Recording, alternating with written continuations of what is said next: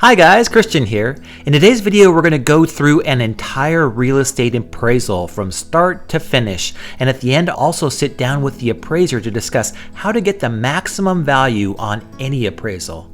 Whenever you apply for a real estate loan, either for a purchase or for a refinance, an appraisal needs to justify the amount of the loan so that they know exactly what the property's value is. There are three types of appraisals that may be utilized by an appraiser to determine the fair market value of any property. The first type is the sales approach, and this is typically used by 99% of appraisers when it comes to residential home appraisals.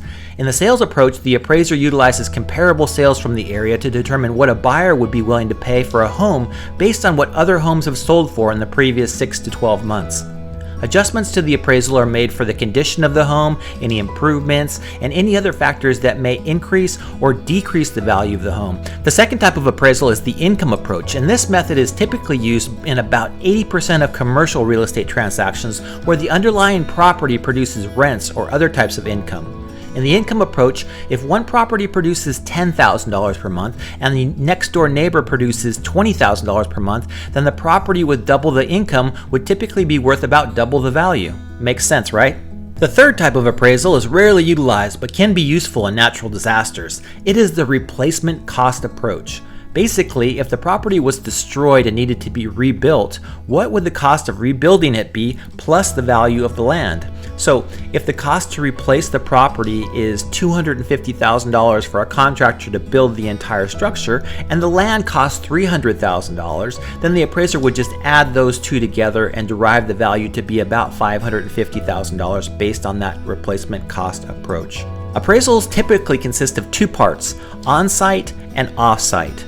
When an appraiser goes on-site, they measure the total area of the property and determine if it conforms with the area, so that if it's in a residential or commercial or industrial area, everything in that neighborhood matches with that conforming use.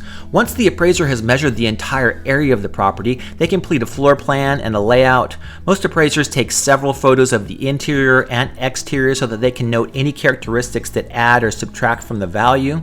After completing the on-site inspection, the appraiser will typically visit 3 to 6 comparable properties in the area and determine if those properties are truly comparable or if they differ too much to be considered similar. During the off-site portion of the appraisal, the appraiser gathers all the necessary data and compiles it into an appraisal report.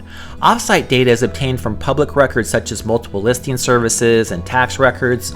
All of the appropriate comparable sales statistics and amounts are input into the report, and the final product is what the lender uses to determine if the value of the property matches what is on the loan.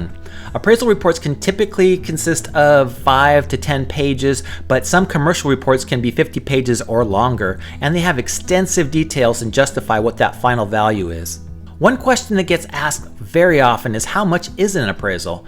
Most appraisals range from $400 to $800 for a residential appraisal, and then for a commercial appraisal it can be $2,000 or more depending on the amount of time needed to complete the entire report. Most people don't understand that in order to become a licensed appraiser, you have to be an apprentice for 2,000 hours, which would be a full-time job for about a year. After completing the 2,000 hours of apprenticeship, you can apply and get tested to become a licensed appraiser, and at that point you'll be able to provide appraisal reports to lending institutions. So after the appraiser completed his residential appraisal, I sat down with him and discussed how to maximize the value. But before we get into that discussion, make sure to smash that like button and turn it blue. It turns out the best way to maximize your appraised value is to provide the appraiser with a list of any improvements that you've completed on the property and their estimated value. So if you've added a new kitchen with granite countertops and stainless steel appliances and it cost you $50,000, a large portion of those improvements can be added to the appraised value. Not all of them typically, but you will get a lot of your money back for improvements of that type.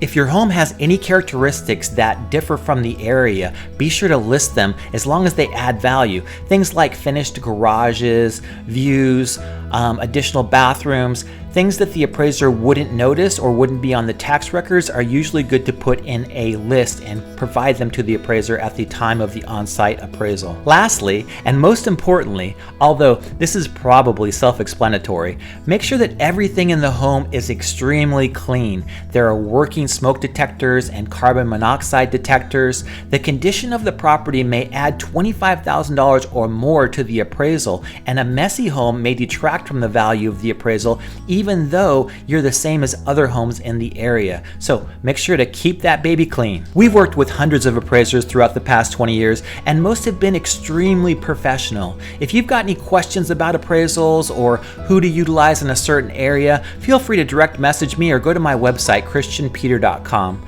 If you found this information useful, please make sure that you've turned that like button blue.